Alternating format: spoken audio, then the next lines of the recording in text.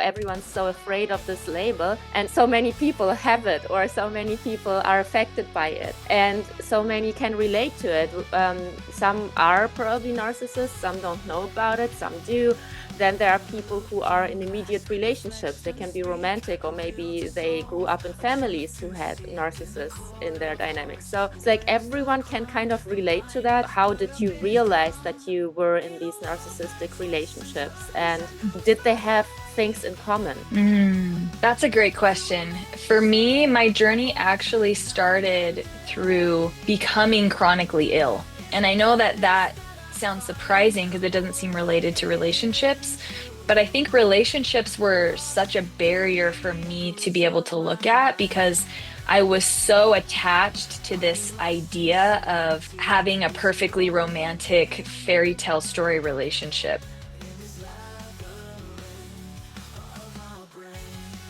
So good to meet you. It's so good to meet you too. I've been loving all of your content so much. It's great to finally see you in person. Oh, thank you. Thank you. I'm so happy to have you as my guest. What I found fascinating when I stumbled across the page, the channel that you have with your husband, or that your husband started in the first place, was that he is openly talking about his experience as a narcissist, and like most people wouldn't even go there. They wouldn't even talk about themselves as that. So everyone's so afraid of this label. And I think it's time to really look at that label and what it actually means, because it looks like so many people have it, or so many people are affected by it, and so many can relate to it.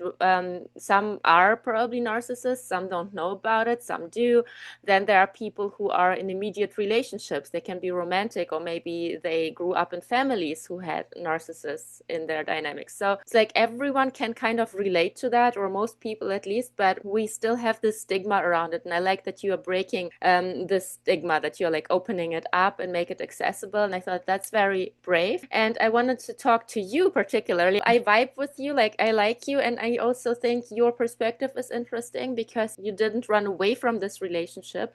You stayed there and you are healing together. And that's why I thought it would be very, very interesting to learn more about your path and your decision and your life in general. Mm, thank you. Yeah, we're so passionate about looking at problems that feel really hard to tackle and trying to understand why it's so triggering Mhm. for all of us as a society, right? Yeah, yeah. And that's very brave that you go there. Like most people don't like that because it's uncomfortable. And I bet you're also judged sometimes, probably, because that's not really the nicest label that you can give to somebody. And that's why, yeah, I wanted to ask you what your path is. I already watched some of your even new videos where you're talking about that you have been in several narcissistic relationship, and that Mhm. you had to heal something in yourself after understanding that there was a pattern there actually that was reoccurring. So I wanted to ask you about your journey. Like, how did you Mhm. realize that you were in these narcissistic relationships, and did they have things in common? That's a great question. For me, my journey actually started through becoming chronically ill. And I know that that sounds surprising because it doesn't seem related to relationships, but I think relationships were such a barrier for me to be able to look at because I was so attached to this idea of having a perfectly romantic fairy tale story relationship. So, for me, I didn't at first notice my pattern in the relationships itself, but I started to notice myself being really sick, being really burnt out. I was having these patterns of autoimmune disease that were followed by all this work I would put into trying to heal myself. And then I'd be good for a few months and then I'd fall right back into this really deep burnout. And it got to the point where I literally couldn't function. My mental health was so bad. I was having panic disorder and intense anxiety, paranoia, OCD, and that level of pain really caused me to ask myself the question at some point, how did I get here, first of all, and how do I get out of this? And I started to look at my life and what my life was reflecting back to me. And what I started to notice was that in my relationships, I really didn't feel love and connection in my relationships. And I was constantly chasing feelings of love and connection. So I had this constant feeling of longing inside of me. And I would see whoever I was connecting with, whether it was a friend or a family member, this is before I had the word narcissist to work with. I was just noticing that I had this pattern of constantly trying to fix something about them or help them or manage them so that I could have love and connection. And I spent so much of my time and energy, in my marriage with my ex-husband. I was with him for 15 years. That's who I had my babies with. I spent so much of my time and energy trying to create connection with him. And it just felt like it was impossible. And I always internalized that as, there's something wrong with me. I'm not good enough. And that's why connection doesn't feel available. And really, what made a shift for me in my whole mentality was hitting rock bottom in my relationship, where I noticed myself just honestly kind of acting crazy. I was like acting insane. I would start like yelling and panicking and freaking out. And that was so unlike me that I started to ask, am I a narcissist? And that's really where that question came up. My husband at the time said, well, I went to therapy and my therapist thinks you're a narcissist. And I said, okay, well, I'll look into it and let me find out if I am a narcissist. And really what I learned in that situation was that I was trying so hard to find love everywhere outside of me that I got so disconnected with myself. And what I learned as I got to know myself better was actually that I had really intense trauma from my childhood, that my family dynamics had some narcissistic tendencies. And, it's kind of hard to claim someone as a narcissist if they haven't been diagnosed. But I had learned that in order to get love, I had to basically become someone I wasn't and push that all down and constantly chase it from somebody else outside of me by helping, fixing, and managing them. So when I went through my divorce with my ex-husband, which he ended up leaving me for another woman, it was so painful for me because I had abandoned myself so much for that relationship. And I was so sick and so overwhelmed and doing everything by myself that it woke something up in me where I was like, how did I give so much of myself and then just be dropped right on the street, right on my ass Mhm. after all of that for somebody else, And I kind of dated several other people. I was really wounded. And so I was just at this point chasing love from everybody. So yeah, I was just dating anybody that would give me love and attention. And what I started to notice was like, they remind me a lot of my ex-husband, like cold and dismissive and not very empathetic. And like connection was so hard. And I'm like longing and I'm trying and I'm fixing. And I think I got dumped.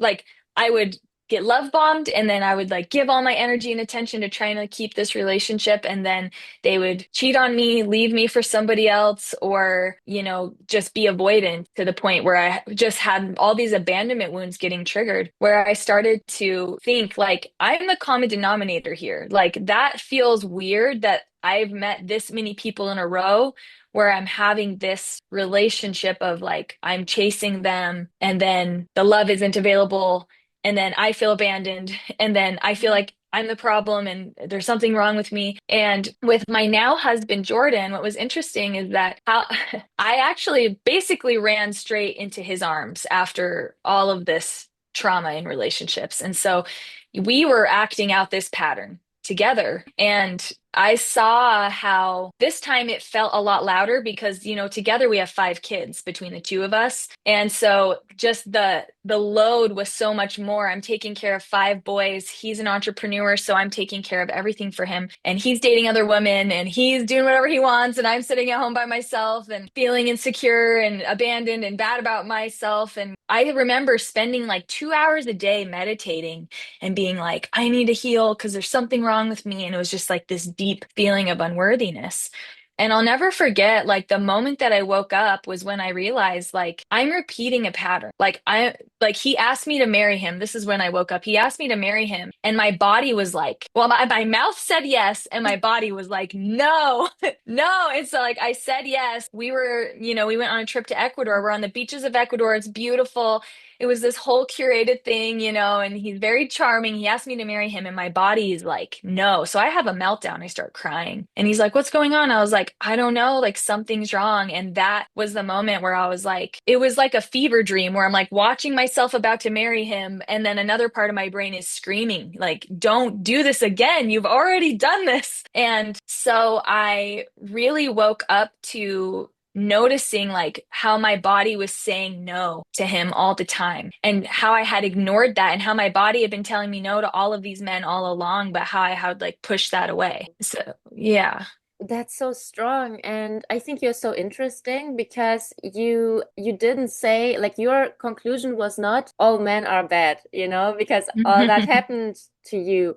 Your conclusion was there is a pattern. Let's look at it. So I find that Mm. very interesting and also very strong because again, like I see so many people who do go through very challenging things and who start condemning the other sex or like men in general, or it's always the narcissist. And don't get me wrong, I do think that's true. Like it is the narcissist, but and it's also you attracting the same kind of person over and over again. And the question is like, Mhm. why? I also think if it happens once or probably even twice, I don't know. But if there is like, if this same situation is occurring all the time, that's kind of a hint. And it's, yeah, it's great that you dared to look at it. But you got married to Yeah. your husband. Yeah, I Yeah. did. I said, and everybody loves to comment on that. They're like, well, you're still toxic because you married him. But this is why I decided to marry him because after I started to be aware of what my body was telling me, I realized like, okay, I can just leave him, but I've already had at this point 4 or 5 relationships that feel this same way. And it's like, I don't know if they would be diagnosed NPD. The patterns are there, and that's what I'm acknowledging. But I thought to myself, if I change how I'm showing up, what's going to happen? And I realized one of two things will happen. Either he'll leave me, and that's okay. I've already gone through this, I can go through it again. Or maybe he'll rise to meet the challenge. And that was really the inspiring thought was like, what if me healing myself changes the whole dynamic of our relationship? Because I'm focusing on what I can control. And I think that's where we go wrong in our perspective sometimes, like you mentioned, is when you villainize the other party and you're just focusing on how bad they are, you're taking away from all that energy that could be focused on what you need and what you could have done differently to protect yourself or what you can do differently moving forward to change that outcome for yourself. So as I changed the way I was showing up, at first it was terrible because he was acting out way more than usual. And I had this wound inside of me that was like, in order to be a good person, I need to prevent these reactions. In order to have love, I need to prevent these reactions from him. And so it took so much strength for me to just sit in the kind of refiner's fire of him reacting so angrily to my boundaries or my shift of energy. Like a good example would be, I'm not going to be your nanny, your maid, your prostitute, your tax person, and your therapist. I can't do all of those. So I'm going to start handing back some of these responsibilities to you, and I'm going to give my energy to what lights me up because I'm a person too, and that created so much anger in him. But I just said to him, if that makes you that angry, then I want you to look at why. Because you can take up this space, but I can't. Why can't I take up that space? Right. And Mhm. that was just what I was gently saying over and over again was, you can decide how you're going to react to my changes. You can leave or you can accept them, but you bullying me or shaming me or scaring me into getting back into this pattern with you is not going to happen. I'm not going to do that because I love myself too much to go back to being who I was when I first met you. Yeah, that's very powerful and something that I've learned yesterday. Yesterday, because I was diving into this topic too. Like I want try to learn more about it, and I also experienced some stuff in my early childhood, and I've realized whenever you are about to have a breakthrough, like whenever your energy shifts, whenever you realize that you are a new person now and you show up in this new energy, the person who was benefiting from your previous energy, who was benefiting from your previous persona, would act out. It's Yeah. Yeah, and this is so, I was so confused because I've noticed it a few times myself, and I was asking myself, how do they smell it? Because it's not always that visible. You don't always say it necessarily like with words, but there is something in them that is massively triggered, and I think they do react to your progress. And if there is a person who benefits from you having no boundaries, and suddenly you Mhm. have this energy around you that signals boundaries, then they will try to shake that up. Yeah. No, you're completely right. And the reason why is because the way that I see it is that narcissism is a maladaptive coping mechanism. And what I mean by that is that when they were young, when they were a child, and their brain was developing and basically on record being programmed, they learned at some point that in order to survive, I need to do these things and receive these things from other people. I need to have this dynamic. They might have learned it with a parent. That's pretty common, or they watch somebody else do it. Whatever it is, they learned that this is how I survive. And so when you stop playing into their coping mechanism and allowing them to control the dynamic, you basically trigger all of their survival instincts that are saying, I'm going to die if you don't keep doing this for me. Mhm. Right. And that's why they react so bad. And on my side, and maybe a lot of partners of narcissists can resonate with this, my coping mechanism to survive my childhood was don't be seen, don't be heard, help and manage the emotions of everybody around you, and don't rock the boat. And so when I started trying to rock the boat, I also had the same reaction inside of deep feelings of shame for standing up for myself because my body's telling me, you're gonna die if you stand up for yourself. And his body's saying, I'm gonna die if you don't continue to be my supply. So it was a very chaotic time. You know, it was probably almost a year of intense conflict and for me, just feeling so many hard emotions, you know, because now that I'm in tune with my body and I'm choosing differently, I'm feeling all of the pain of abandoning myself, the resentment, the anger, you know, and it's just like that's one of the things I think a lot of people who are talking about this topic, they're in that spot right now where they've just woken up, they realize the abusive dynamic, and they're just so hurt, resentful, angry, and their like survival mechanisms are like, I want to stop doing this, but the trying to stop doing it is so painful. Yeah, and very interesting to me is this step in itself, because you separate yourself from your old patterns, from everything you thought was normal. So I think the majority of people who live in these dynamics, they think that these dynamics are normal, and these dynamics hurt them. It is painful to be Mhm. in them. You do abandon yourself, and something does feel off, and you don't benefit from these relationships at all. Like they only cost you the entire time, but you think it's normal and it's supposed to be like that. And even if somebody Yeah. else tells you they aren't, this is not normal, you probably understand it here, but you don't like feel it there. And I mean, I guess, or that's what it looks like, is that you made this step, that finally you are at a stage in your life when you can feel that it wasn't normal. So you separated yourself enough and you have enough distance to the pattern itself. So you can actually Mhm. look at it with like a fresh brain and say, that's definitely not how it's supposed to be, right? Mhm. Or are you still kind of, or are you still like in the in between stage? Yeah, that's a good question. I feel like what you're saying is essentially you feel like a fish in water. Mhm. Which is exactly how it feels. I had no idea I had a pattern or that it was toxic. It felt so familiar and normal to me. I think what allowed me to shift out of just being kind of asleep to it and going through the motions was as I started to do healing work on myself and get more in my body, the truth really lives in our bodies. And when we're in our mind and we're just following a subconscious pattern, going through the motions, beep, beep, boop, doing what I'm supposed to do, reacting how I'm supposed to react. Most of that is unconscious.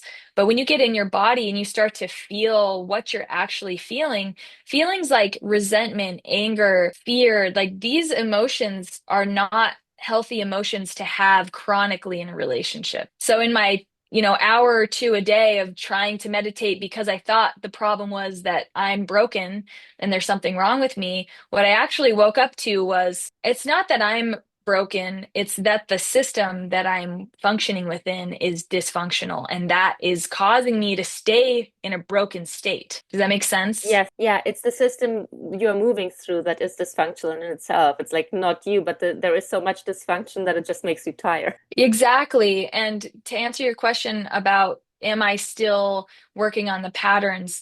The short answer is yes, I'm still working on the Mhm. patterns, but how it's different than it was, a few years ago when I first woke up to these patterns was that now I can make a new choice because there's been more space between the stimulus and the response. And what I mean by that is when something happens, instead of me automatically reacting, self-abandoning and trying to manage or whatever it is that I would normally do, I have the stimulus, the thing happens, and I notice my mind thinking of wanting to do it. Like my brain always says, "Oh, I should just not say anything. I should just help them with this by giving them this." And I tell myself, "Do I really want to do that?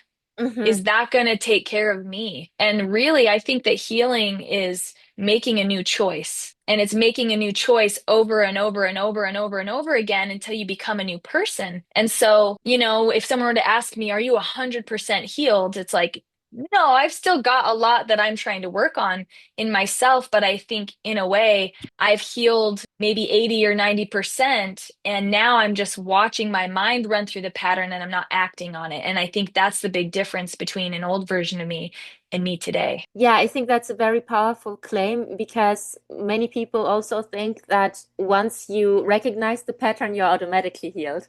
So, oh, you've recognized it. So now the next relationship that I have, this will be dreamland. This will be everything I've ever wanted. And I think what you're saying here is very important because once you realize the pattern, the actual work begins. And the actual work is to reprogram yourself consciously and to be aware of the moments when it does come back, because I mean you live in this pattern for what, like 20, 30, 40, 50, I don't know how many years, like so many years, and you Mhm. can't just expect that just because you finally noticed it suddenly your whole world changed. No, it's like the first step.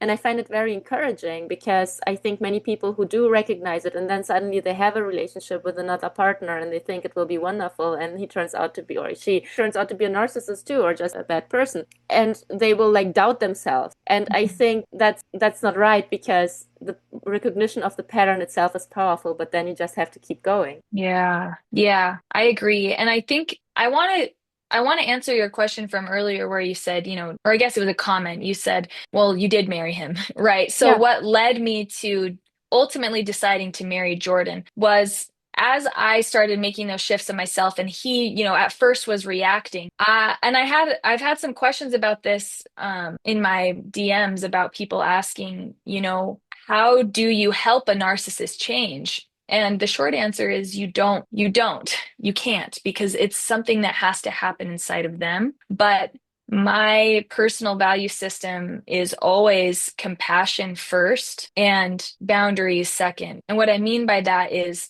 when I'm watching him freak out, I could just say, "Hey, I'm done with you. I'm not talking to you anymore," but how I think my perspective is different than the majority is that my response is, "I can see you're in a lot of pain right now. Mm. And I know how that feels.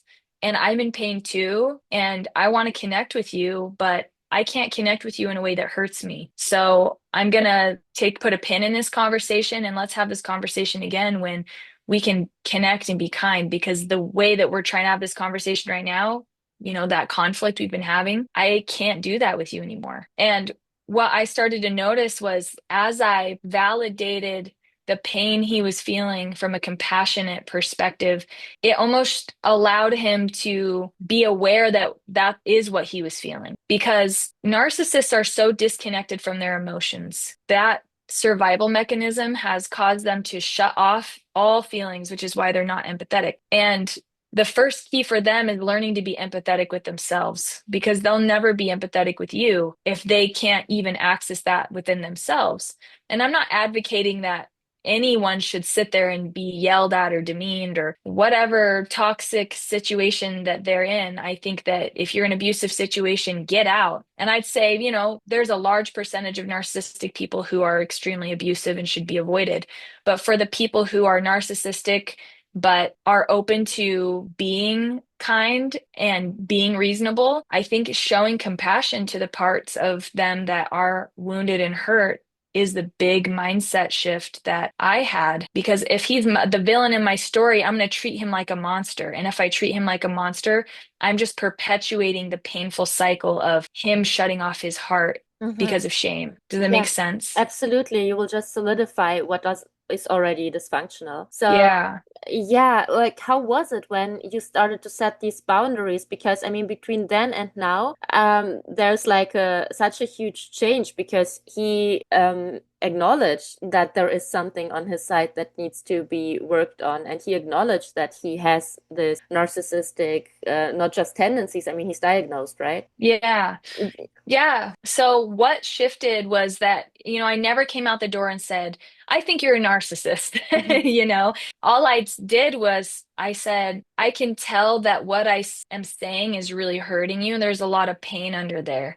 And I started trying to empathize with his story. I was like, what was it like for you to grow up in rural Idaho and, and be the youngest child of seven and be completely ignored and neglected? And what was it like to, never feel safe in these environments? And I think that that's what people who are trauma survivors really struggle with because Mhm. they're like, well, you hurt me, so I'm not going to be able to empathize with you. And that's totally fair. But I think that as I empathize with myself and my pain, I started to also think about he's in pain too. And as I empathize with his pain, he really started to empathize with himself because it was the first time in his entire life anyone had ever truly empathized with him Mhm. to that level, So he started to say, okay, yeah, maybe I am in pain. And then we started to talk about, oh, you got so angry there. Like, what is making you angry about this? And we started to uncover that there was so much shame. And really, that is the root cause of narcissism is crippling shame. And everything they're doing is to avoid feeling that shame. So once he acknowledged the shame and then he acknowledged the anger and he acknowledged the defensiveness, it was like he was acknowledging all the symptoms of narcissism. And he really didn't wake up to it until we were watching a movie about these cult leaders. Actually, I can't remember what it was about. It was like Jim Baker and Tammy Faye or something like that. But there were these cult leaders, and he was watching it. And at first, he's like, "Oh, they're just like us. They remind me so much of us." And as the show went on, it showed how he like manipulated her and took everything from her and used her and exploited her to get big and to get his name out there. And we get to the end of the show, and he's just dead silent. And I look at him, and he's typing in the chat GPT, you know, if you could diagnose Jim Baker, what would you say about him? And it was like, he's a narcissist. And I just saw him start crying. And I was like, he looks at me, he's like, babe, this guy reminds me so much of me, and she reminds me so much of you and how I've treated you. Do you think I'm a narcissist? And I was like, yeah, I definitely think you're a narcissist. And that moment was the turning point for him. And I think what's important to bring up to everybody listening is that I never said, hey, I think you're a narcissist. His soul woke up on its own when it was ready. And I was just someone that was there healing myself next to him. And that allowed him to feel safe enough to have that self reflection. Does that make sense? A lot. Wow. Yeah, that's crazy because my theory, my personal theory was when you ask the question, am I a narcissist deliberately, most likely you aren't. Because I thought like just the amount of self-reflection that is required to ask this question and to doubt yourself usually shows me that someone is on the opposite side of it because like you go in that uncomfortable spaces, and if you dare to ask such things, then no, you're probably not. But I think it's kind Yeah. of remarkable that he did. And yeah, as you say, like the soul was ready, his heart was ready for it. Yeah, well, and I think what also prepared his heart for that was that in our relationship, he was seeing all the same patterns he experienced with his ex-wife. And she would say all these things like, you bulldoze me and you don't listen to me and your words are hurtful and you only care about yourself. And he had all these justifications. Well, she's just too sensitive and she needs to take care of herself and like all of these, very non-empathetic thoughts. And then when it was being reflected to him for a second time. And he had already lost, half of his money in the divorce. And it was a really painful situation for him. By the time he got to me and I was now reflecting to him the exact same thing, he started to be like, whoa, I'm a common denominator here. And he said that that was the fertile soil for him to really receive that insight. And I think why that's an important message is for everyone here that's like, oh, well, I had to leave my narcissistic partner, or I'm thinking about leaving them because they can't or won't change. I think that you are probably on the right track if that's what you feel like you need to do. And I say that because you leaving them or setting the boundaries which causes them to leave you might be the wake up call that they need, that Mhm. sets the stage for them to reenact that pattern maybe two or three more times. And if everybody's setting boundaries with them along the way and they're hearing the same truths every single time, at some point, I think that there are certain people in this life who are, ready to wake up in this lifetime. And that's not everybody. But this is kind of a niche for if you are in a relationship with someone who is on the precipice of change and you're witnessing that, I think healing is possible. And watching his healing happen was one of the most inspiring and beautiful experiences I had ever had because I watched how much pain he had to go through in order to open his heart because it Mhm. was so closed and he had done so many bad things, so many hurtful things that watching him have to take accountability was honestly it was horrible. I was like, I can't believe you've done all of that, first of all. And now I'm watching you have to own that. That must be really painful. And I think that that's the truth about if a narcissist is going to wake up, it's going to be a really painful process for them to acknowledge the harm they've done in the world. Yeah, And that, right. Because you always try to justify your actions, like, yeah, I'm a good person because I do this and that for others. And you kind of try to create this story that will still feed into the narrative that you're a good person. And then if you are Mhm. already an adult person, you have to look back and you see, oh my God, these things weren't good things at all. That must be really, really hard. So, yeah, Yeah. props to your husband. That's kind of, yeah. Yeah, well, and it's interesting because people always say, well, if he woke up, he wasn't a narcissist, but that's actually not true. The Mhm. the truth is that what causes narcissism is this brain chemistry of I feel so much pathological shame that I behave in these ways to block it. And he still goes through that pathological loop. It's just that instead of abusing me, he has time, just like I do, to pause, and say, I want to do all these mean things to you, but now I know that's for me to handle and for me to deal with. And, it was after, I mean, we were working on this for a really long time, and there came a point where I just honestly got so tired. Like, I was so tired. I was like, I can't hold space for this anymore. Like, this is draining my soul. It's exhausting. I know you're healing, but I still don't feel like I can do it. And that's when I said, I'll give you 6 months and these things have to change. Like, you can't lie to me for the next 6 months. You can't, betray me sexually for this many months. You can't, I just basically laid it out and I just said, I know you're healing, but your healing's not my job. And I will give you this many months to heal. And if you haven't figured it out by this day, that's the day we're going to break up. And that challenge really motivated him because he had to ask himself, like, do I want to hold on to these toxic behaviors that are preventing my pain and then lose, my partner? Or do I want to go through the painful process of acknowledging them so that I really can heal these behaviors? And at the end of those 6 months, he had actually already for several months, I think it only took him 2 or 3 months to get ahead of them. So, at that 6 month mark, I said, okay, I'll marry you in a year. If you're still continuing to, I won't leave you, but I'm still not going to marry you. And what happened is like a year and a half or something, or 2 years of like really positive change in behavior. And I know a lot of people say, well, they're just charismatic and they're just pretending. But when you're in your body, like that shit don't lie. Like my body knew and could feel the change in him. Not only could I see it, but I could physiologically feel for the first time in my life, like my nervous system is safe with this person. Mm. He's caring for me. He's empathizing with me. And like you can see in someone's eyes when they're actually accessing genuine empathy. And it doesn't mean he's perfect, but I don't need perfection. I just need like an 80 or 90%, success rate on certain things. And when I saw that, something in my heart and in my soul was like, yeah, this is your person. And when you marry somebody, you marry their struggle. And there's a lot of people who they marry someone who's an alcoholic, they marry someone who's autistic, they marry somebody who has a terrible family. It's like, and how I looked at it was like, no matter what, if I leave him and I go find someone else, even if they're not a narcissist, I'm still choosing their struggle. And at some point, I just decided, narcissism is his struggle. It's pathological. He might deal with some version of this for the rest of his life. But this is a problem that I'm willing to hold space for because he's holding space for my sexual trauma. He's holding space for my, freeze and fawn response in conflict to where I just shut down. He's holding space for my OCD and needing the kitchen to be perfectly clean all the time. It's like we're all always compassionately holding space for the humanity in another person. And I think when you love someone unconditionally, you're saying, I choose to love the good in you, and I also choose to love your struggle. And that's ultimately why I decided to marry him, was because nobody's going to be perfect.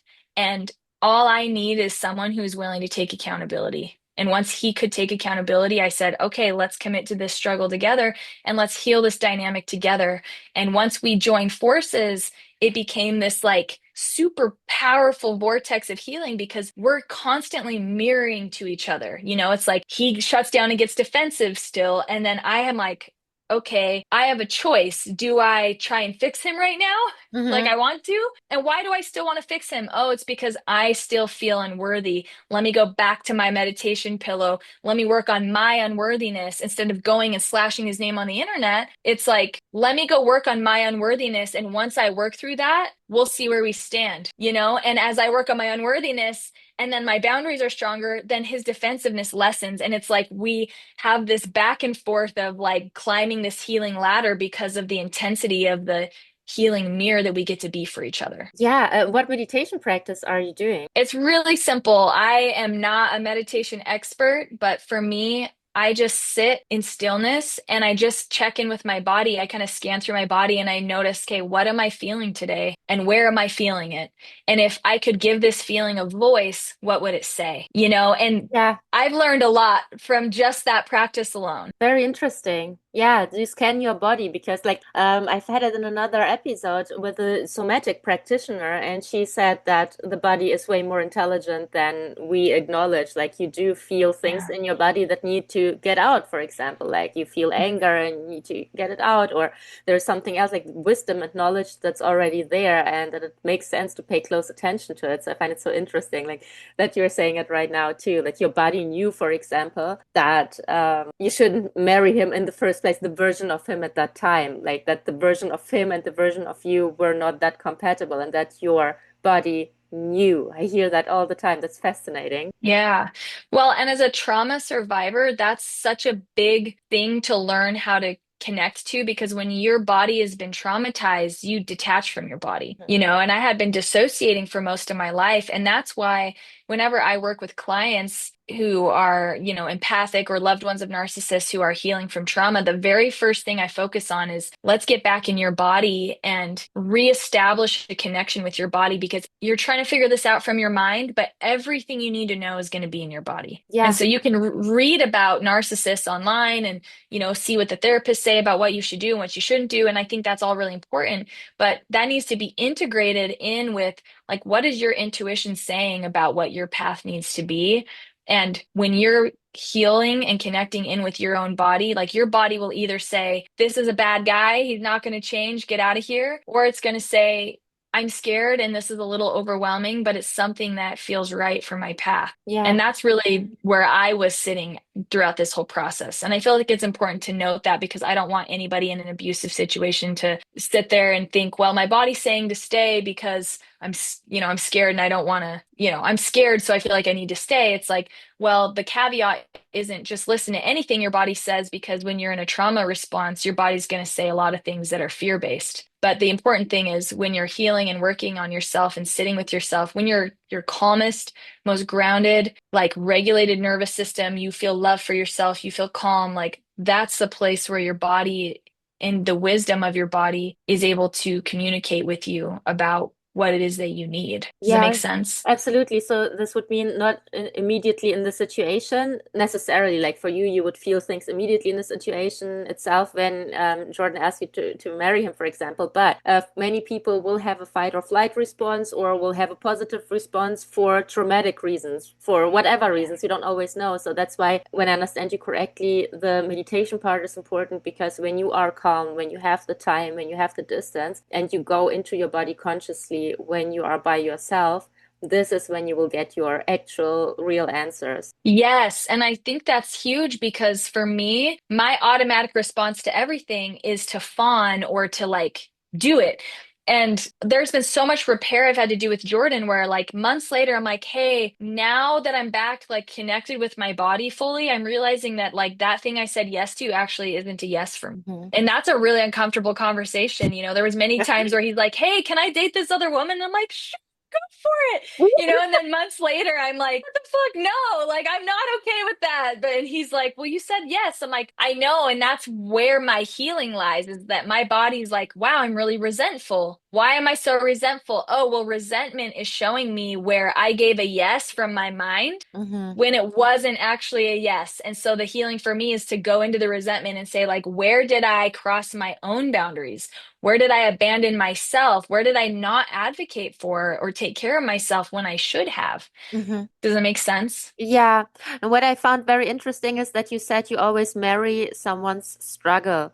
Would you say that today in our society we long for perfection so much that it makes us lonely at the end? Yeah, well, I think that honestly, what we struggle with is that we struggle to love our own humanity. Mm. We struggle to love our own struggle, yeah, we can't love our own struggle, and because of that, we're projecting outward the expectations we have for ourselves, which is, I'm not lovable with my imperfections, and so neither are you. And I've seen that a lot when people comment on our content. They say, I shouldn't have to deal with someone not being perfect in whatever way. And I'm like, you're right, you shouldn't have to deal with that. Mhm. But that's just not the world we live in. Like we do have to deal with our humanity. We do have to deal with our faults and our struggles. And the great news is you can decide what struggle you want to deal with. If you don't want to deal with narcissism, please, for the love of God, don't deal with narcissism. But when we learn to love our own humanity and our own weaknesses, it builds what I call compassion. And compassion is when you hold love and pain at the same time. So you look at your own pain with love instead of with judgment or fear or avoidance.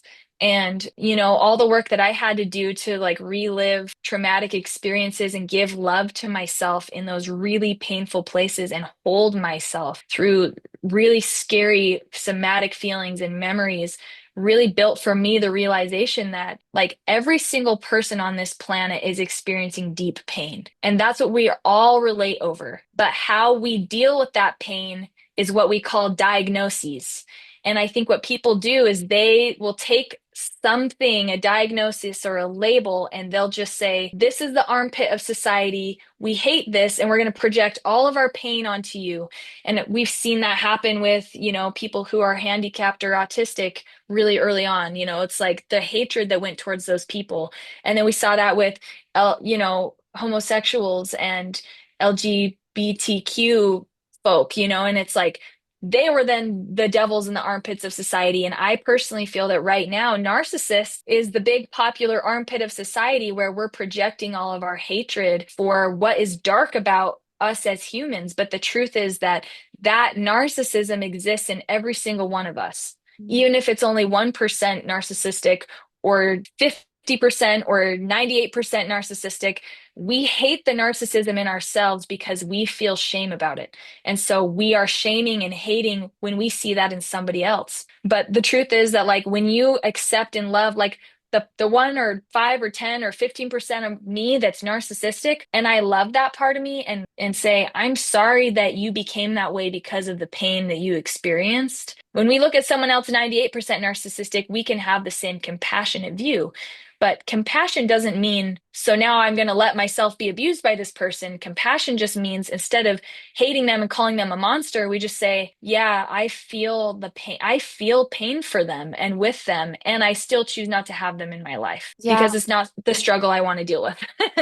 What is your personal definition of narcissism based on your experience? So, my definition of narcissism based on my experience would be that it's a trauma response or a coping mechanism. And that could be shielding an emotion that's painful. In my opinion, it's shame. So, when they have a total lack of empathy or, abusive behaviors or hurtful behaviors, you have the definition in the DSM, which I don't have memorized. That's what Jordan's really good at, is memorizing those things. But I look at that's the clinical explanation of behavior that people are using to avoid the pain and shame within themselves. But there's, So yeah, but there's also this narcissistic scale, that applies to all of us, which you just mentioned, that everyone has narcissistic traits to some degree, even if it's just 1% or 2%, but some people have it to 98%, or maybe that's all there is about them. But like this scale, is it also representative of the shame or the uncomfortable emotion that we are covering up? And it's like the degree to which we are doing that determines where we are on that scale. yeah, so like if you look at narcissism as a spectrum, and we say that it has all the attributes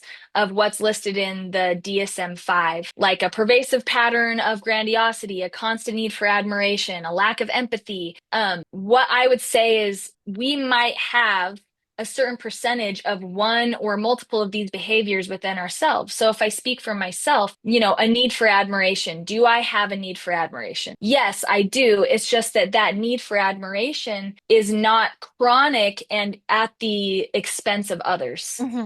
So that's what differentiates me from someone that's clinically diagnosed as NPD. But do I judge my own need for admiration? Mm. Yeah, I do Hmm. because gross, like I should just be cool and love myself. I shouldn't need to have a need for admiration. That makes me cringe, or it's like, you know, like is Yeah. there a part of me deep down that wants to feel special? And that's really what the grandiosity is the belief that they are special or superior to others.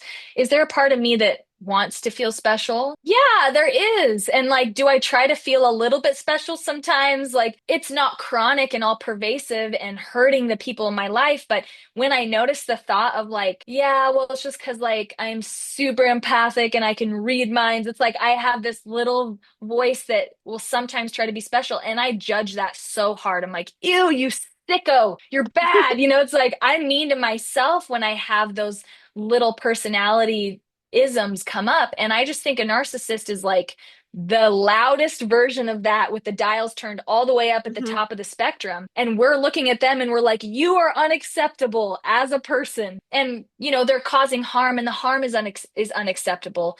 But I really think that what's interesting about this problem is the lack of compassion Hmm. from people on Yeah. this topic. And what would you say is the most dismissive kind of comment that you used to get? Yeah, it's that narcissists can't change. It's that narcissists can't change. And the thing is that I believe that anybody can change. That doesn't mean that they can be somebody that they're not. I'm not claiming that narcissists can be Ram Dass eventually if they work hard enough. I'm just saying that to say that somebody can never change is not true of nature because nature is constantly changing and evolving. And so the belief that narcissists can never change gives us an excuse to not have compassion for this topic, Interesting. Yeah. right? And yeah, and when you work with clients, like what is your number one advice if they cannot really leave their abusive dynamic? Because let's say it's not a partner, it's not a romantic partner that you can choose to be with or not be with, but if it's a family member, for example, and you kind of have to be in their environment. Yeah. Well, in that situation, my goal is always to ask that person, like, if, for example, if you had a child and you watched them going through that, what advice would you give that child? Mm. Because ultimately, you are reparenting your own inner child and you're advocating for that vulnerable part of you. And for me, with my family members that I don't know if I would consider them narcissistic, but like my family members that I struggle with, my decision is always to say, I can't control them. So all I can do here is decide how I'm going to respond to them. And I really love Mel Robbins' book, Let Them. It's really good if you haven't read it. But one thing that she says is you essentially say, I'm going to let them, meaning I'm going to let them do what they're going to do. And then I'm also going to let me, meaning I'm going to give myself permission to do whatever it is that I need to do to take care of myself. So if that means that you go no contact because you've tried verbalizing your boundaries and they're not being respected, or if you decide that like you're going to create systems that protect you, like, you can only talk to me in the group chat. I can't talk to you one on one. It hurts me. Mm. Whatever boundaries you need to put in place to stay safe, boundaries are your number one best tool if you don't feel like you can go no contact from somebody. And boundaries they sound simple, but they're also complex because in order to set a boundary, you can't put a boundary on someone else. You can't say, my boundary on you is that you can't do this. But a boundary is saying, this is what I need. And if you act in a way that disrespects this line or crosses this line, this is what I'm going to do. So a boundary is actually saying, this is what I'm going to do to protect myself. And that's the hardest part, is to stay committed to and follow through with the thing you need to do for yourself, because it is painful to cut someone out of your life. It is painful to not respond to a message. But I've had to say this before to plenty of people in my life, which is I will not engage in a conversation that looks like this: name calling, blaming, swearing, whatever. So you get to decide if you want me in your life, you can make a change and you just give that emotional labor back to them, Mhm. right? Yeah, and I think that makes probably people angry, like if you name it, right? Because like at least that's my experience, that if I would tell people who don't like me having boundaries and I would name a boundary, even if it's not opposed on them, but even if it's like you mentioned right now that it comes from me, I made the experience that people would also dismiss that, like I don't have the right to have this boundary, for example. Like yeah, my family used to do that. Like yeah, you are like the boundary doesn't make sense, or your feelings don't make sense, or whatever. And like my conclusion, maybe you can tell me if it makes sense, but my conclusion is that sometimes I will not even say that anymore to these people that I know have no respect for them. I will just act on them. Means I will Yeah. just, when someone is let's say someone is swearing a lot and I don't like it, okay? So I would just not react to the conversation. Means they can talk, but there would come no response from my side. I'd basically just zoom out, zombie out, and just not react. But the moment they switch and they start using words that I like again, I would tune in again and be like, oh yeah, that's nice. That's just a simple example. But that's I just love that. Yeah, I mean, that's an excellent way to energetically set a boundary when you don't even have to engage or communicate with that person. I think Mm, that's great advice. I yeah, love that. zoom out. Like, Yeah. I'm out. See ya. Yeah. I Yeah. tend to be more confrontational, so I always approach people and say, this is my boundary. Hmm. And I would say most people don't like it, but I've Hmm. also repaired a lot of relationships that way because I think there are some people that they genuinely don't understand how their behavior is impacting you. Hmm. And I know that might sound crazy because it's like, well, obviously someone should know that their passive aggressiveness or whatever their swearing is impacting me. But so many people are just working on a program. Like they're completely asleep. They're asleep at the wheel and something is driving for them. And there's like a way that they get woken up when you say, the decision is to change or to lose me. And you can say that with words or without words, Hmm. but however you decide to do it. But that's really what I try to advocate for in my message is saying, put your energy towards how you're going to change and create your life the way you want it to look. Because when you're focusing on how you're trying to change someone else or get someone else to be what you want or need or help somebody else, that is completely out of your control and it keeps you trapped and stuck in like a toilet that won't flush. It's like you're Yeah. going around and around. You're right.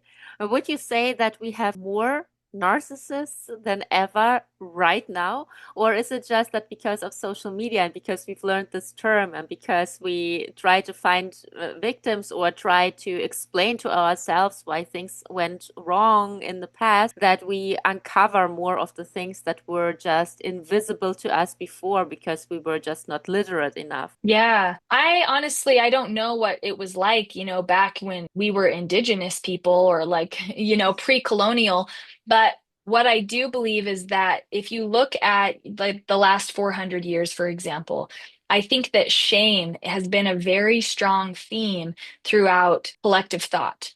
If Mhm. you look at religion, if you look at patriarchy, if you look at capitalism and just like how the colonization of humanity really looks and feels, it's very oppressive. It's a very oppressive system. And oppression automatically generates shame because when you shut someone or something down and say, you're down here and I'm up here, it creates shame in both people because shame, the feeling of shame biologically is the feeling of disconnection and separation. And I think there's been so much separation between races, between genders, between religions, between like us and the earth, us and our bodies, like that has generated feelings of shame inside of the whole collective. And I think that narcissism is a symptom of a system that was foraged in feelings of shame. And it's like I said, it's how people are coping. And I think that social media makes grandiosity and getting attention in massive scales very obvious. I think that, politics and being in a business make grandiosity and attention getting and power very accessible. So, my husband talks about this. There's certain areas where narcissists seem to like flood and thrive because Yeah. that's where they get their source and how they cope. But whether or not it's more prominent now than it was, 400 years ago or 1,000 years ago, I don't know what the shame culture was like back then. But, if I read the Bible, I'm like, shame's existed, hundreds or thousands of years ago. And it exists now. So I think that it's probably more true that we just have the words and the awareness to categorize it. We're now putting those behaviors in a box and saying, whoa, this is clinically relevant. Like we're noticing this happening over and over and over again. So let's create a diagnosis for it. But my assumption would be that it's human nature to respond to shame in that way. And now we're just so aware of the harm that it causes because of the sensitivity of, and the intelligence of humans now. We're waking up to how much harm it causes because we're changing. I wouldn't say we were as sensitive when my parents were growing up. My dad got beat in school, so Mhm. it's like, and that facilitates feelings of shame. And abuse was normal. So I think from that Yeah. perspective, what we call narcissistic and abusive now was literally just commonplace. Yeah, yeah, that feels like that to me too, that things have been bad all along, at least since we have certain societal structures. Before that, I'm also not sure, but since we structured our society in certain ways that give us a framework to work with and that give us the ability to organize ourselves and grow or and also adapt to our like growing mind and brain, at the same time, we also create these oppressions and these problems that we're talking about. I'm just wondering, what is the best definition for shame? Do you have one for yourself? Like, what does shame feel like? Yeah, I read this book that I really loved. It's called The Shame That Binds You. I think the author's last name is Bradshaw. But what I really loved about it was that he talks about how shame is a part of our biology because it lets you know when you have hit your limits or when you are experiencing separation. So it's actually like coded into our biology in order to be a guardrail for us, right? So it's like if you walk outside and you're naked and in a public place, like you are going to feel a certain amount of shame, and you should, because that shame protects you and other people from things that, wouldn't be comfortable or safe for everybody involved. So shame actually can have a positive impact on us. But I think where it's gotten out of hand is that shame is really the belief that you are bad or unacceptable at your core, versus like maybe guilt is, oh, I did something bad and, I can forgive myself for that. Shame is, I am bad. And so how that feels in my body is really this like feeling of wanting to hide or shrink, Mhm. feeling really small. It's kind of like a pulling away or a separation and a closing in my heart. And it's this like oozy, fiery, yucky feeling. It's like goes all the way up my back of my neck and through my head. And I noticed for me, when I feel all those feelings, my reaction is, how do I become worthy? And I'm always looking at how do I become worthy because this is so uncomfortable and crippling of a somatic feeling. Mhm. And I think that if you think about like what narcissism really is, being superior and grandiose and attention seeking and dominating and defensive, like All of those things give you feelings of being powerful, which automatically anesthetizes the shame. Yeah. Whoa. And how do we heal that? How do we heal shame? Yeah. So my opinion of how we heal shame is a reconnection to love because it's at our biological core that separateness is what causes the shame or, a feeling of I am bad that creates the shame. And when we reconnect to love, which I believe is also coded into our biology and is always accessible for us, we connect back into connection with ourself and with others.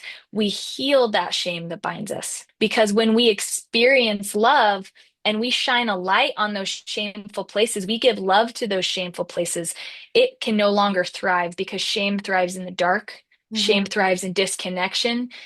Shame thrives in denial. And so that's why I think community and relationship is essential for healing the root causes of shame because when you expose something about yourself, for example, with my husband, when he said, I just feel so weak and small. And we just both look at that part of him together with love and we say, yeah. And that's a painful feeling, a disempowering feeling. But I still love you. And Oh, he gives yeah. that love to himself. And I still love myself, even if I am weak, even if I am broken or, messy or a failure. When you look at those parts of you and you give Yeah. love to them intentionally, it heals the shame because you've reconnected it. You've No. reintegrated it back into love. Yeah, that's super beautiful. I'm just wondering, there are also people who are listening, and I know for a fact that they think that love is or that self-love is damaging. Like they think there can be too much self-love. I can love myself too much, and this is narcissism. Like I think there is this wrong concept in many people's heads that if they love themselves too much, they become narcissistic, and they're like Mm. afraid to actually embrace the uncomfortable emotions, to embrace the shadow, to embrace all that, because they think if they do that, they will become the person they don't want to be. Yeah. Wow. I think that it's so interesting because love, true love, so there's two different types of love, right? There's counterfeit love, and counterfeit love is conditional. Hmm. Counterfeit love is a feeling of taking pain away. The thing is about love is, or yeah, well, the thing is about true love is that it transforms you. And so if you're giving yourself true love, it transforms your heart to look outward. Hmm. People who love themselves and are still looking inwards all the time, they're giving themselves counterfeit love. They're not actually loving themselves. They're admiring themselves or looking at themselves in order to feel better. But when you experience true love, it makes you want to give to others. When you transform your pain and you experience that transformation, the first thing you want to do is help somebody else. Hmm. So if somebody is saying, "Oh, I love myself," and they seem like they're very narcissistic and they're giving to themselves all the time, you can compassionately acknowledge that maybe that person's still figuring out what love is. Hmm. But I think that trusting yourself is the first step because a lot of us have disconnected from trusting ourselves because of the systems we're a part of, because of the Yeah. mistakes we've made, because of the shameful narratives that guide society. But if you learn how to trust yourself, you can trust yourself that your journey of learning to love yourself, you won't get stuck in narcissism forever because it's all about your intentions. There are people who give themselves self-love, quote unquote, but their actual intention is to escape pain. They're giving themselves self-love to escape. But there's a difference between that and saying, I want to give myself love to transform. And the one thing you'll know if you're on the right path is that facing your pain is really uncomfortable. If loving yourself is allowing you to avoid pain and avoid other people's pain, I would question it because for me, when I really have learned to love myself, loving myself just means reconnecting and feeling and giving a voice to everything inside of me that has needed my attention. And once I've gone through that process with myself, now I'm very involved in hearing and holding and supporting other people's pain. Hmm. And that's something that I really love that one of my favorite, most inspiring people that I've learned from, which is Ram Dass says, is he says, when you open your heart, you will open your heart to the pain of the whole world. And you'll want to give them the shirt off your back. And you'll do everything that you can to hold and support and transform the pain in others. And I'm not really a religious person, but there's a scripture in the Bible, it's like the first commandment. It's like love yourself, love others as you love yourself. And so that really tells us that in order to love others, I think you have to know what love is. And the very first time you really learn how to love is either because someone else has mirrored true love to you and you're learning that, but you still have to give it to yourself eventually because everybody else in the world can love you and it won't get to you until you receive that in. Yeah. And so I think love is our nature. And all we're really doing is removing the barriers to love. And I think shame is one of the most prevalent and hard to combat barriers to love that Right. we deal with now in society. Yeah. And you are helping people with that. Do you, like as a coach? Yeah, I do coaching. I'm a clinical hypnotherapist and Ooh. rapid transformational therapist. So I work with people on healing the subconscious mind. And the subconscious mind is where 90 to 90%, 95% of human behavior comes from. And it's the part that was programmed in our brains since childhood that we're not even aware of. So a lot of these patterns are existing in the subconscious. And one of my favorite quotes by Carl Jung is, until you make the unconscious conscious, it will rule your life and you will call it fate. Essentially, Yeah.